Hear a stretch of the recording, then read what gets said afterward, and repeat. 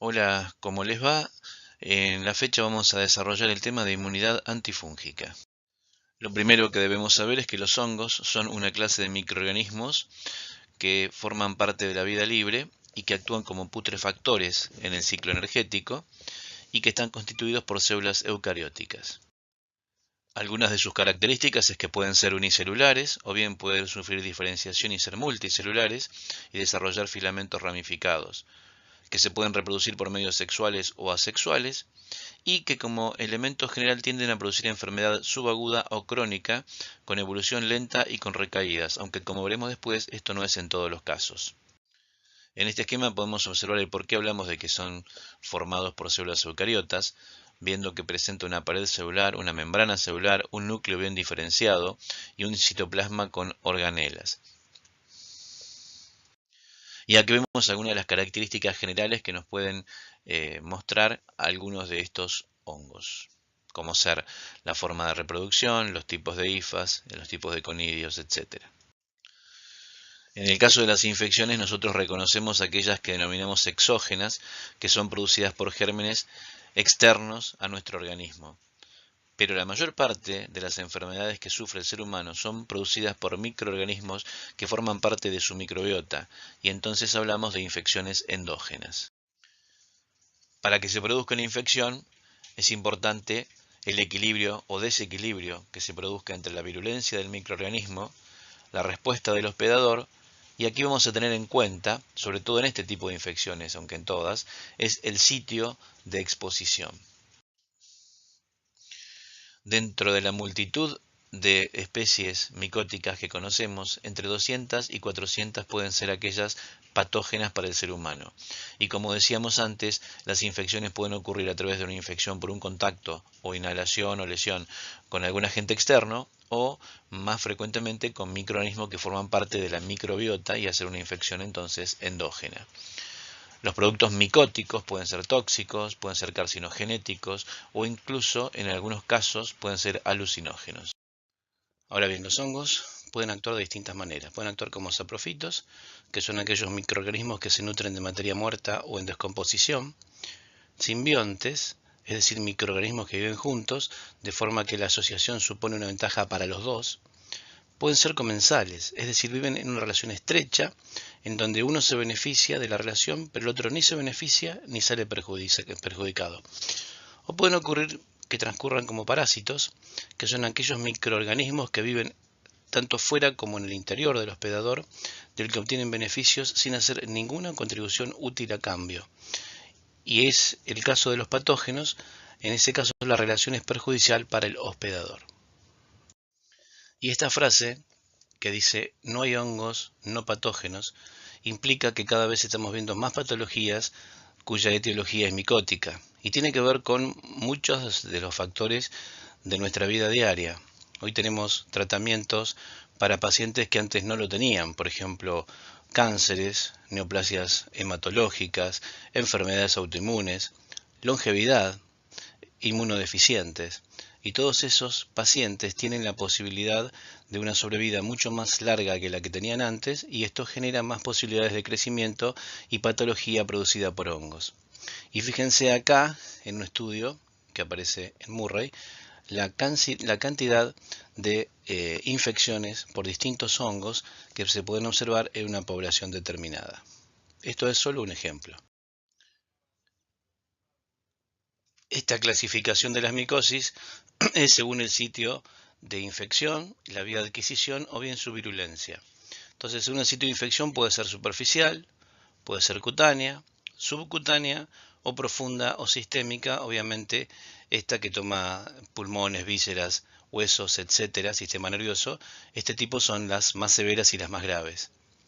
Según la vía de adquisición puede ser exógena, es decir, hongos que uno adquiere a través del medio ambiente, y endógena con reactivaciones de microorganismos comensales que estaban de manera latente y que por algún trastorno inmunitario pueden comenzar a actuar como patógenos.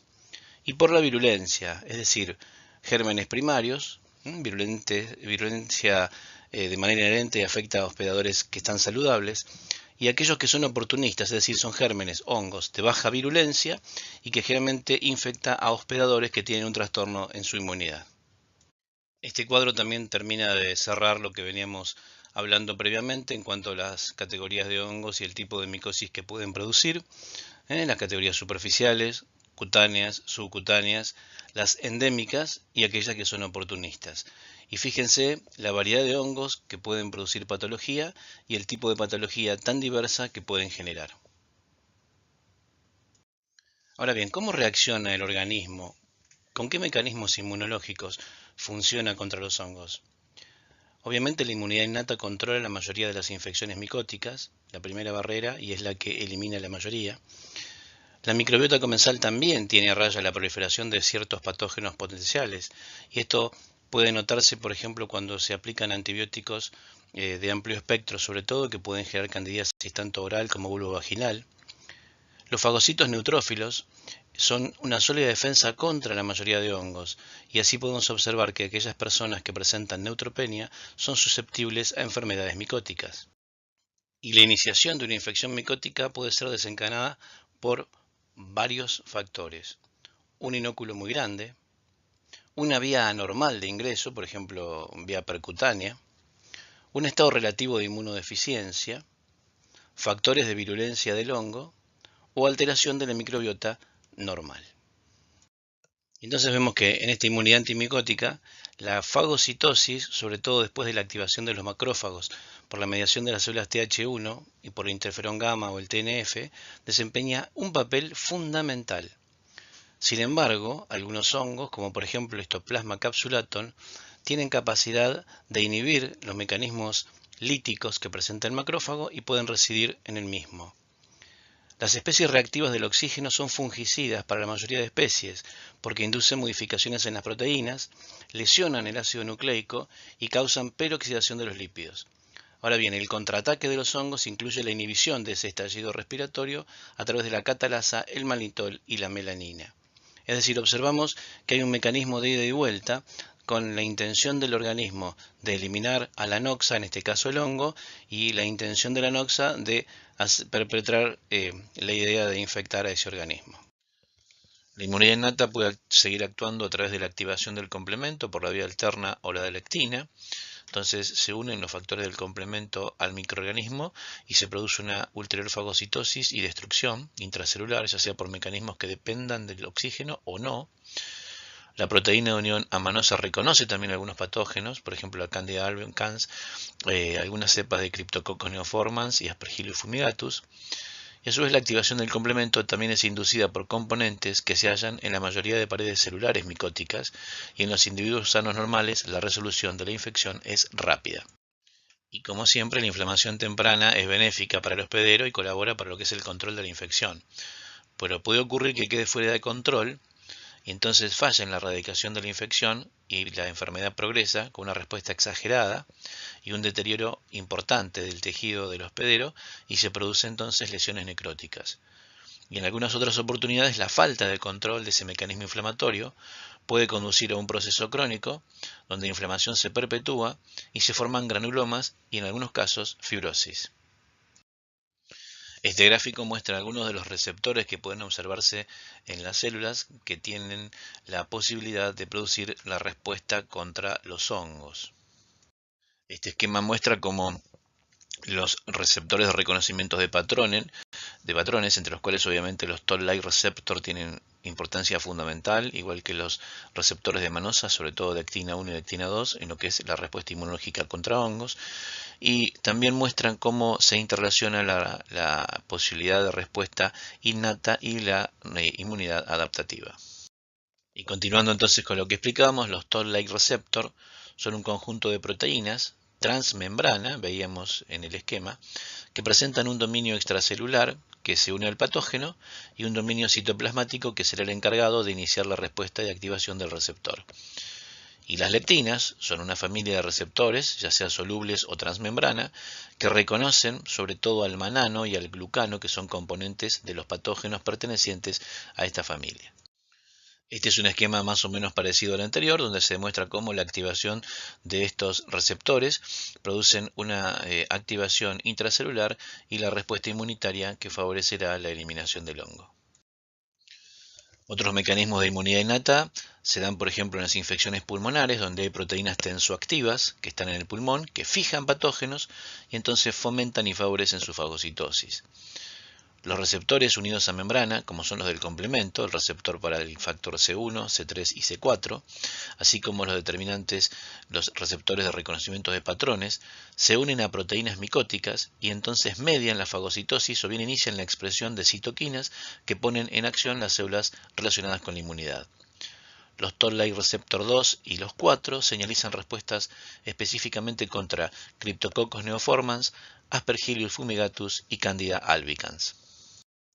La lectina más importante en lo que es el mecanismo de defensa del huésped frente a hongos filamentosos es la dectina 1, que es específica para los betaglucanos presentes en la pared celular de estos hongos, y habitualmente está expresada en células inmunes innatas, como los neutrófilos, los monocitos, los macrófagos, las células dendríticas. Y este receptor también se expresa en microglía, en eosinófilos, en mastocitos y en ciertos linfocitos, incluidas las células B y las células T gamma delta que forman parte del sistema inmune innato. Y entonces la activación de la dectina 1 favorecería la fagocitosis del hongo por la cascada del sistema inmune e iniciaría la cascada inflamatoria de citoquinas, por ejemplo en la dermatofitosis por Trichophytum rubrum. Tiene un papel importante para dar inicio a las respuestas por TH1 y TH17, entonces estamos viendo la interrelación entre la inmunidad innata y la adaptativa. También activa procesos oxidativos como los mediados por NADPH oxidasa. Y la dectina 2 también juega un rol importante en la infección por malacesia, Aspergillus fumigatus y en Candida glabrata, que es una cándida muy resistente. Se le ha atribuido una mayor respuesta de TH17. Este esquema tiene la única finalidad de que se observen la cantidad de receptores relacionados con la inmunidad innata y los tipos de hongos con los cuales pueden justamente tener interacción. En el caso de la inmunidad adaptativa, las células involucradas son los linfocitos T y B.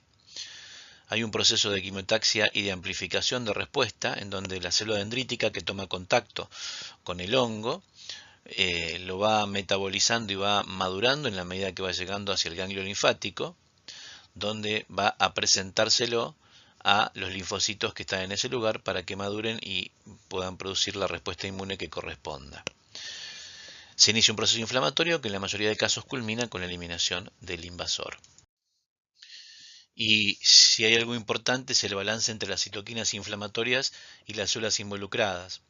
Una respuesta TH1 celular o una respuesta TH2 humoral, o una respuesta TH17 mucho más agresiva, deben ser reguladas, deben tener un control. Y es probablemente esto la clave entre el daño, la eliminación o la progresión del patógeno.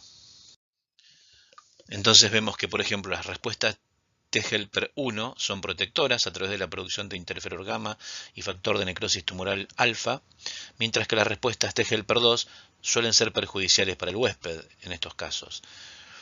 La inflamación con formación de granulomas es una causa importante de lesión tisular en algunas infecciones intracelulares, por ejemplo la del histoplasma, y en algunas ocasiones hay respuestas humorales con formación de anticuerpos específicos, los cuales suelen ser útiles más para el diagnóstico que para la protección del huésped. Participan también los linfocitos T CD8 positivos, es decir, los citotóxicos, y las nuevas subpoblaciones de linfocitos, principalmente la TH17, que está directamente relacionada con lo que es el proceso inflamatorio. Respecto al perfil T-helper 22, la interleuquina 22 contribuye a desarrollar resistencia frente a hongos en las mucosas, incluso en ausencia de una respuesta adaptativa. Y, como decíamos antes, la respuesta T-helper 2 se considera perjudicial y se asocia con formas graves y diseminadas de algunas micosis. Se ha reportado inclusive que en algunos casos esta respuesta puede favorecer el desarrollo de alergias por algunos hongos, por ejemplo en el caso de la aspergilosis broncopulmonar alérgica. Esta diapositiva sintetiza lo que veníamos hablando en diapositivas anteriores respecto al ingreso del hongo al organismo y los mecanismos de reconocimiento y de respuesta del mismo individuo, del hospedero, para eliminar esa infección que intenta producirse. Una demostración de inmunidad adquirida contra las infecciones micóticas es la protección contra ataques ulteriores después de la primera infección, pero esto es dificultoso porque en la mayoría de ocasiones la primera infección micótica pasa inadvertida. La intradermorreacción cutánea positiva hacia antígenos del hongo, por ejemplo la cándida, trichophyton, epidermophyton, etc., es un buen indicador de infección previa y de la presencia de inmunidad celular. La presencia de anticuerpos suele indicar que una infección fue resuelta y que hay inmunidad de larga duración. A veces se ven enfermedades relativamente raras en pacientes que tienen inmunodeficiencias y en algunos casos, por ejemplo los pacientes con SIDA, que por ejemplo sufren mayor incidencia de candidiasis, histoplasmosis, coccidioidomicosis, criptococosis en las mucosas, existen límites a los alcances y la magnitud de la enfermedad observada, lo cual muestra que hay otros mecanismos inmunitarios que están involucrados, además de la inmunidad adaptativa, y que están controlando esos patógenos micóticos. En algunas infecciones tisulares se pueden formar granulomas, y esto está controlando, por ejemplo, la diseminación de Cryptococcus neoformans o de Histoplasma capsulatum, indicando la presencia de inmunidad adquirida que está mediada por células. Ahora, el microorganismo puede permanecer dentro del granuloma en estado latente y reactivarse solo si el paciente sufre inmunosupresión. El hongo Malassezia furfur es un organismo comensal en la piel y se ha demostrado que está relacionado con varios trastornos inflamatorios cutáneos y podría predisponer una tendencia en la diferenciación de células hacia la vía Th22 o Th17, a su vez también hacia la vía Th2, que depende del IgE, y esto podría ocasionar una respuesta agresiva y lesiones en la piel. En el caso de la coccidioidomicosis, se puede observar un amplio espectro de manifestaciones clínicas, desde infecciones que son asintomáticas hasta enfermedades fatales. La inmunidad celular innata es útil en la infección temprana, cuando los artroconidios todavía se están llegando a los bronquiolos terminales o en las esférulas son pequeñas o cuando se liberan las endosporas. Pero a medida que las esférulas van creciendo, las células efectoras de la inmunidad innata, que en este caso son los neutrófilos, los monocitos, las células NK, se transforman en ineficaces. Y para el reconocimiento del coccidioides se vio que son importantes los Toll-like receptor 2 y la dectina 1 ya mencionadas. Se sabe que las células T, CD4 y el interferón gamma son críticas para la inmunidad contra el coccidioides y la defensa contra estas especies está fundamentada en los linfocitos T. En el caso de la histoplasmosis, la infección ocurre al inhalar microconidios de áreas o superficies que los contenían, que generalmente tienen que ver con desechos de aves o de murciélagos. Suele ser asintomática en sanos, a menos que hayan inhalado un inóculo muy grande. Y la infección aguda se suele resolver con el desarrollo de la inmunidad mediada por células. El histoplasma capsulatum evita y anula estrategias de defensa de los macrófagos y se establecen en un nicho intracelular que le resulta hospitalario, lo que convierte a este histoplasma en un patógeno intracelular de los macrófagos. Los linfocitos T, que reconocen ese organismo, inducen factor de necrosis tumoral e interferón gamma, como ya habíamos visto, activan macrófagos para inhibir el crecimiento del organismo y proporcionar protección contra la reinfección. El agotamiento de las células T resulta en niveles más bajos de estas citoquinas, es decir, el interferón y el factor de necrosis tumoral, y esto resulta en un aumento de mortalidad y carga de hongos. ¿Y cuáles son los mecanismos de evasión que usa el histoplasma? Contrarresta las especies de oxígeno reactivas que son producidas por los fagocitos mediante la expresión de enzimas contra el estrés oxidativo como son la superóxido dismutasa y una catalasa que son extracelulares. Y dentro del fagosoma, las levaduras del histoplasma bloquean la acidificación del mismo, aumentando su pH, y entonces adquieren metales esenciales como el hierro y el zinc y utilizan vías de biosíntesis de novo para superar las limitaciones nutricionales. En el caso del Aspergillus, la mayoría son especies saprófitas ubicuas que se adaptan de manera óptima a la vida en una variedad de nichos. Los conidios e hifas activan las tres vías del sistema de complemento. La lectina de Uriona lamanosa, las ficolinas y la pentraxina 3 son factores importantes del hospedador para el reconocimiento y eliminación del hongo. Y en base al esquema que habíamos visto de entrada, ¿no? En cuanto a la relación entre el agresor y el hospedador, vemos que en este caso el hongo también sigue produciendo elementos que tratan de evadir los mecanismos inmunológicos. El alergeno del Aspergillus ASPF2, por ejemplo, contribuye a la evasión inmune de los hongos y potencia la liberación de plasmina, que es una proteasa que daña las células epiteliales del pulmón humano. Altera la actividad metabólica de las células e induce la retracción celular que produce exposición de la matriz extracelular subepitelial. Por lo tanto, al ayudar en la evasión inmunitaria y la destrucción de tejidos, este elemento, la ASPF2, contribuye a la patogénesis del Aspergillus. La cándida es otro hongo a tener en cuenta. Es un hongo imperfecto, una levadura, que puede ocasionar una gama de infecciones muy importante y convive dentro del organismo como un comensal inocuo. En la actualidad, la cándida es uno de los agentes más frecuentemente implicados en lo que son las infecciones intrahospitalarias. Existen más de 200 especies, por lo que su determinación es indispensable. Y aquí lo que es la diferencia entre patogenicidad y virulencia, que suele traer inconvenientes en la comprensión, definiendo la patogenicidad como la capacidad del agente infeccioso de producir una enfermedad en un huésped que sea susceptible, mientras que la virulencia habla del grado de patogenicidad. ¿Y cuáles son los factores de virulencia de la cándida? Existen varios. La morfología celular, que puede intercambiarse, la actividad enzimática extracelular, el cambio de fenotipo y factores de adhesión que favorecen la formación de biopelículas. Elementos de patogenicidad son el cambio reversible de forma durante la infección de hifa a levadura, la pared del hongo, que presenta resistencia al medio externo, resistencia a la lisis por parte del complemento, y la presencia de melanina en la pared fúngica.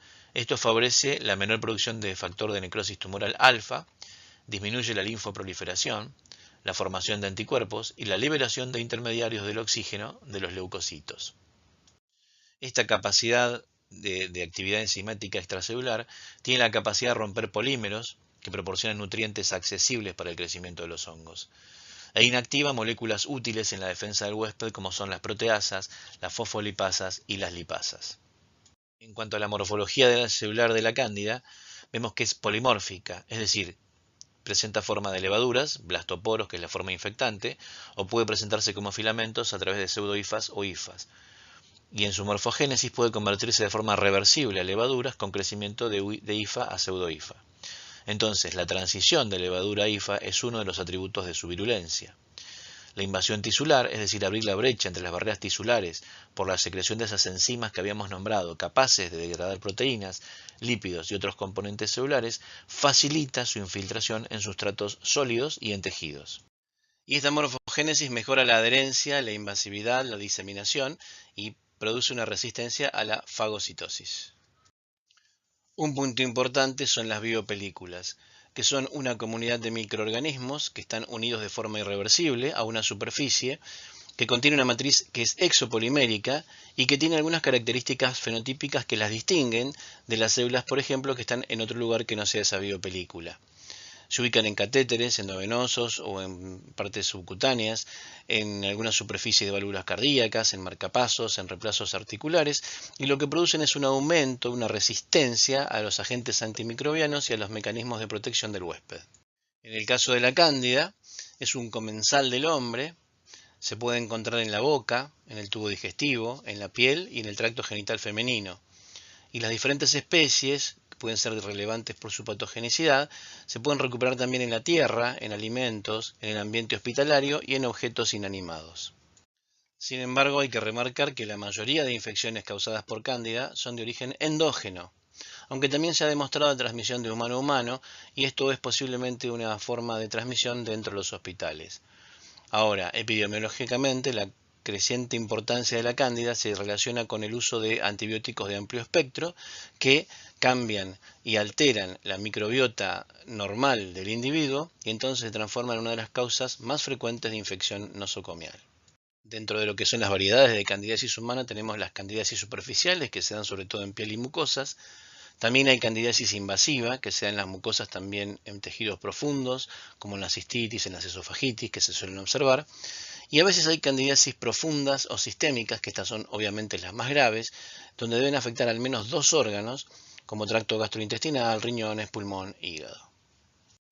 En el caso del Cryptococcus neoformans, vemos que hay una formación de una cápsula y esto favorece que haya un menor estallido respiratorio, menor producción de citoquinas de tipo Th1 y mayor producción de citoquinas de tipo Th2, con lo cual intenta evadir los mecanismos inmunológicos del huésped. Entonces, podemos nombrar algunos mecanismos de evasión de la respuesta inmune que pueden producir los hongos. Enmascarar moléculas tipo PAMP, modular algunas señales inflamatorias, despojarse de algunas moléculas de tipo PAMP, escapar de la fagocitosis, persistir en ambientes intracelulares, evadir el sistema del complemento, inhibir el sistema mucociliar del árbol respiratorio del hospedero, producir enzimas líticas, por ejemplo proteasas elastinolíticas, y otras pueden producir enzimas que inactivan los ROI y los RNI, como catalasas, superóxido dismutasas, glutatión peroxidasas y tiorredoxinas. Una patología que no es muy frecuente, pero que puede verse en algunas oportunidades y que está muy relacionado últimamente con algunos cuadros de COVID, es la mucormicosis.